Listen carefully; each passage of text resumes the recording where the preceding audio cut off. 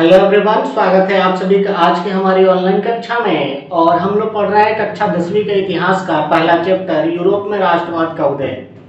इससे पहले हम लोगों ने पढ़ा था यूनान की स्वतंत्रता को। अगर आपने वो वीडियो नहीं देखी है तो आप हमारे आई बटन पर क्लिक करके उसे देख सकते हैं और जान सकते हैं। तो आइए आज का हम वीडियो शुरू करते हैं। और आज का हमारा वीडियो का टॉपिक है रूमानी कल्पना और राष्ट्रीय भावना। कल हम लोग पढ़े थे कि इंग्लैंड के एक कवि थे जिनका नाम था लॉर्ड बायरन। वो जो थे यूनान की स्वतंत्रता के लिए अपनी जान दे दिए। उन्होंने जो है अपनी लेखनी के द्वारा जो है राष्ट्रवाद को बढ़ावा दिया ही साथ वो युद्ध करने भी गए। तो जैसा कि हम लोग पढ़ रहे हैं राष्ट्रवाद के बारे में, तो राष्ट्रवाद का मतलब केवल ये नहीं होता है कि हम युद्ध करें, अपने सीमा का विस्तार करें, तो इससे हमारे अंदर जो है हम मानेंगे कि राष्ट्रवाद है। उदाहरण के लिए मान लीजिए कि हमारा क्षेत्र इतना है, हम जो है इसको इतना बढ़ा लिए, जीत लिए, तो ये हमारा राष्ट्रवाद है ही। लेकिन केवल यही राष्ट्रवाद नहीं है, बल्कि इसके लिए बहुत सारे रीजन है, बहुत से अन्य कारण भी है जिसके द्वारा जो है हम राष्ट्रवाद को फैला सकते हैं, राष्ट्रवाद को ला सकते हैं। और उन्हीं में एक महत्वपूर्ण है सांस्कृतिक आंदोलन। ये सांस्कृतिक आंदोलन भी राष्ट्रवाद के विकास में बहुत ही महत्वपूर्ण भूमिका निभाते हैं। संस्कृति को लोगों से अवगत कराया जाता है, उनको जो है बतलाया जाता है कि वो किस संस्कृति के मानने वाले लोग हैं। ऐसे में वे उस संस्कृति को अपनाएं। इस संस्कृति को अपनाने के बाद उनमें जो है अपने देश के प्रति प्रेम की भावना जागृत होती है और वो राष्ट्रवाद के लिए एक प्रेरणादायक कदम होता है। तो आज हम लोगों को यही पढ़ना है।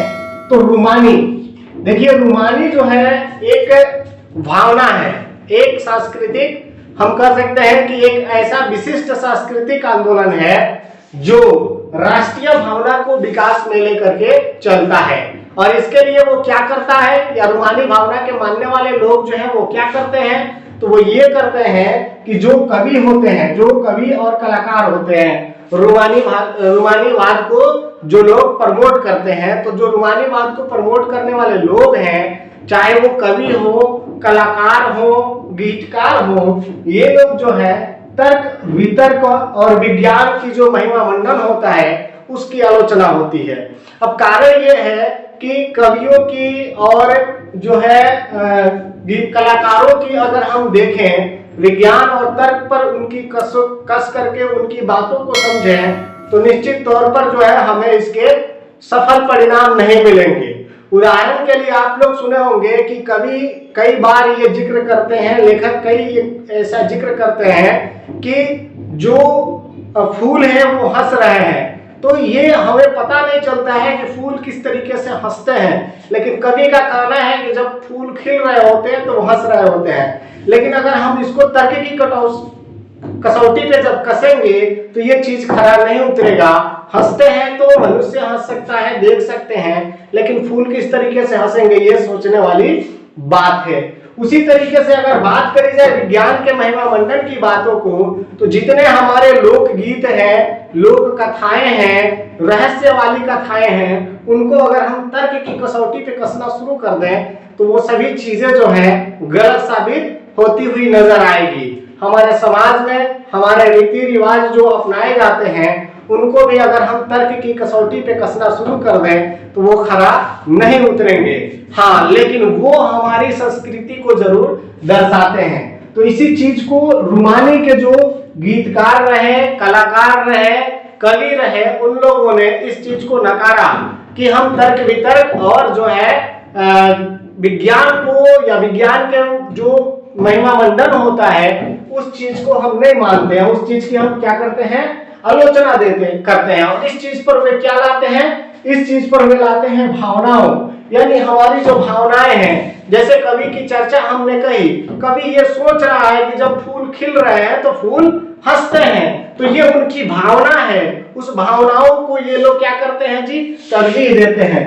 दूसरी चीज है अंतर्दृष्टि, अपने अंदर की जो मन है उसको जानते हैं, उसके मन के अंतर्दृष्टि, उसकी जो छाया है उसको पहचानने की ये बात करते हैं। उसी तरीके से रहस्यवादी भावनाओं, जैसा रहस्य होता है कि बहुत सारे रहस्य हैं, बहुत से रहस्यों को बतलाया जाता है कि यहाँ जाइए और वहां जाने के बाद जो है आप दूध डालिए, तो जो हमारे ईश्वर जो है उसको ग्रहण करते हैं या ग्रहण करते हुए नजर आते हैं, लेकिन उसके पीछे का क्या साइंस है, क्या विज्ञान है, यह अलग अलग चीज है। इसको इस बात से समझा जा सकता है कि एक आदमी जाता है और खेत में काम करता है और वो छाए में जाता है एक पेड़ के पास, और वहीं पे जैसे ही वो कुदाल रखना होता है, कुदाल जो होता है वो जमीन से सट जाता है, वो भाग जाता है, वो लोगों को बतला देता है कि मेरा कुदाल जो है एकाएक जो है जमीन से सट गया, जरूर वहां कोई भूत प्रेत आत्मा है। लोग वहां पूजा करना शुरू कर देते हैं, कोई ये जानने की कोशिश नहीं करता है कि आखिर ऐसा क्यों हुआ।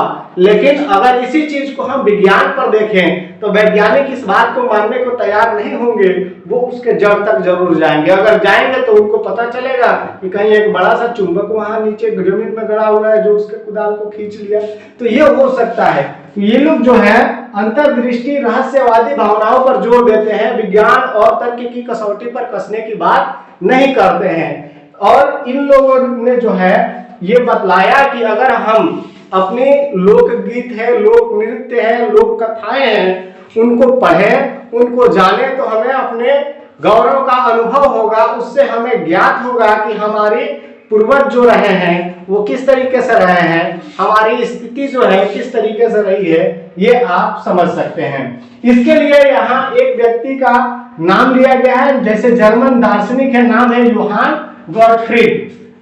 योहान गॉटफ्रीड ने कहा कि हमारी जो सच्ची संस्कृति है, हमारी जो संस्कृति है वो हमारे यहाँ के लोगों में बसती है, यानी जो जर्मन के लोग हैं वो जर्मन संस्कृति को सही तरीके से समझते हैं, और वे मतलब एक तरीके से कहा जा सकता है कि वो आत्मा है, जर्मन के वासी जो है जर्मन की संस्कृति की आत्मा है, और उस आत्मा से ही राष्ट्रवाद का क्या होता है, विकास होता है। यानी हमें अपने संस्कृति को मानना चाहिए, उसको अपनाना चाहिए, उन चीजों पे चलना चाहिए, न कि उन पर तर्क वितर्क करनी चाहिए। कभी कभार आप भी देखे होंगे कि जो वैज्ञानिक दृष्टिकोण रखने वाले लोग होते हैं, हमारे घरों में कई ऐसे प्रोग्राम होते हैं, कई ऐसे आयोजन होते हैं जिनका वैज्ञानिक रूप से अगर हम देखें तो वो गलत साबित होते हैं। तो ये लोग जो है वैज्ञानिक रूप से देखने की बात नहीं करते थे, बल्कि उसको फॉलो करने की बात करते थे कि वो हो रहा है तो आप उसको मानिए। तो ऐसी स्थिति में इन दार्शनिक ने क्या किया, कहा कि सच्ची जर्मन संस्कृति जो है जर्मनी के लोगों में है और वो राष्ट्रवाद को बढ़ावा देने में बहुत ही बड़ा योगदान देगा। अब देखिए जो लोकगीत होते थे, लोकगीत किसको बोलते हैं, जो हमारे क्षेत्र के लोग जो है गाया करते हैं, पुराने जमाने से गाए जाते हैं, तो वो लोकगीत होते हैं। उसी तरीके से जन काव्य, यानी लोगों ने जो अपने रचनाएं लिखी, जो अपनी लेखनी लिखी और लिख करके बतलाया पुराने कथाओं के बारे में, पुरानी कहानियों के बारे में, तो वो जन काव्य हो गया। और उसी तरह लोक नृत्य, लोक नृत्य जो हमारे हैं वो उस, अब ये जो अलग अलग क्षेत्रों में जो लोक नृत्य प्रचलित है, ये लोक नृत्य जो है उस क्षेत्र के लोगों की पहचान है, उस क्षेत्र के लोगों की जो है समृद्धि की पहचान है, उस क्षेत्र के लोगों की एकता की पहचान है। तो इन सब चीजों से जो है लोगों में राष्ट्रवाद बढ़ता है, और ऐसी स्थिति में इन चीजों को संग्रहित करना चाहिए, एकत्रित करना चाहिए। जैसे कि सुने होंगे कि दो भाई थे ग्रीम्स बंधु, इन लोगों ने क्या किया कि जब ये कानून की पढ़ाई कर रहे थे तभी इन लोगों ने शौकिया तौर पर जो है लोगों की जो काव्य होते हैं, लोक कथाएं होते हैं, उसको संग्रहित करना शुरू कर दिया। और ये दोनों मानते थे कि ये लोक कथाएं जो है हमारे प्रेरणा के स्रोत रहेंगे, यानी हमारी संस्कृति के सच्चे दर्शक रहेंगे, या हम कह सकते हैं कि प्रणेता रहेंगे इस चीज को ये लोग। तो ऐसे में ये मानते थे कि हमारे जो लोकगीत है, लोक काव्य है, लोक नृत्य है, इनको एकत्र किया जाना चाहिए, इससे हमारे अंदर राष्ट्रवाद की भावना बढ़ती है। अब उदाहरण के तौर पर देखा जाए कि ये संगीत हो गए, लोकगीत हो गए, लोक नृत्य जो है वो किस तरीके से राष्ट्रवाद को बढ़ावा देते हैं। तो जैसा कि हम जानते हैं कि जो पावर वाली शक्तियां थी, उन लोगों ने क्या किया कि 18वीं सदी में अब कौन सी थी पावर वाली शक्तियां, तो रूस थी, ऑस्ट्रिया थी और प्रसा था। ये उस समय के ताकतवर राष्ट्र थे, क्षेत्र थे। इन लोगों ने क्या किया कि पोलैंड को कई हिस्सों में बांट दिया, विभाजन कर दिया। तो पोलैंड का विभाजन हो गया, अलग अलग राज्य के रूप में वो व्यवस्थित हो गए।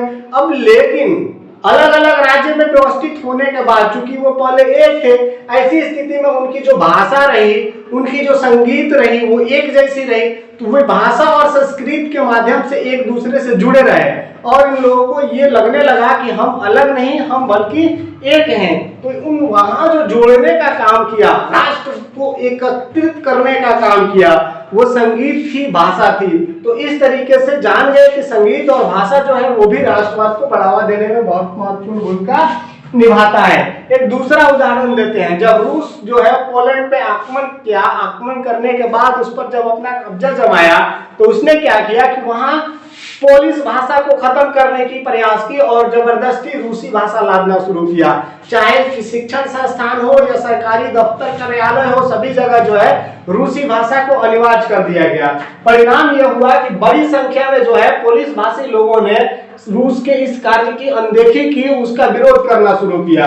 यानी उन्होंने क्या किया, कहा कि पोलिश भाषा के जगह पर रूसी भाषा नहीं आना चाहिए, बल्कि पोलिश भाषा जो है पोलिश भाषा चलनी रही है। और इसके लिए विरोधियों ने अलग अलग तरीके अपनाए। जैसे एक उदाहरण मैं आपको यहाँ बता रहा हूँ कि चर्च में जो है अपने जितने आयोजन होते थे या धार्मिक कार्यक्रम होते थे या धार्मिक शिक्षा होती थी, वहां रूसी भाषा न अपना करके उन्होंने पोलिश भाषा का ही इस्तेमाल शुरू किया। परिणाम यह हुआ कि रूसी जो शासक थे वो बहुत ज्यादा आहत हुए और आहत होकर के उन्होंने जो है रूसीवाद को बढ़ावा देने के लिए इन आयोजनों पर पूरी तरीके से प्रतिबंध लगाया। प्रतिबंध ही नहीं लगाया, बल्कि जो उसमें पूजा करने वाले पादरी और बिशप थे, इन लोगों को गिरफ्तार कर लिया और बड़ी संख्या में इन लोगों को गिरफ्तार किया गया। और गिरफ्तार करने के बाद इन पर जेल भेजने की भी कार्रवाई की गई, इन पर मुकदमा चलाया गया और उसके बाद जो इन्हें साइबेरिया जेल भेज दिया गया। तो इस तरीके से आप देख सकते हैं कि एक भाषा को नहीं मानने से किस तरीके की सजा दी गई। अब हालत ये हुई कि वहां के लोगों ने जो है पूर्ण रूप से रूसी भाषा का इनकार करना शुरू किया।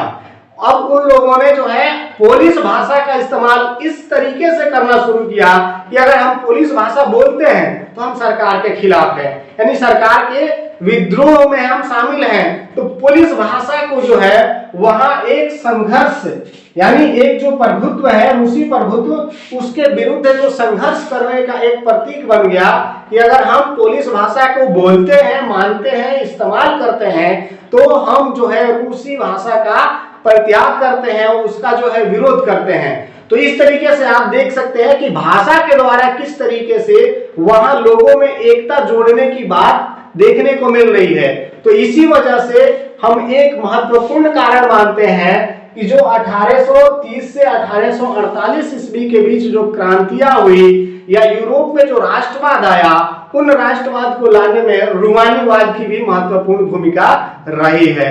तो बस आज के लिए इतना है, मिलते हैं फिर अगली वीडियो में अगली जानकारी के साथ। तब तक आप पढ़ते रहे, सीखते रहे, देखते रहे। धन्यवाद।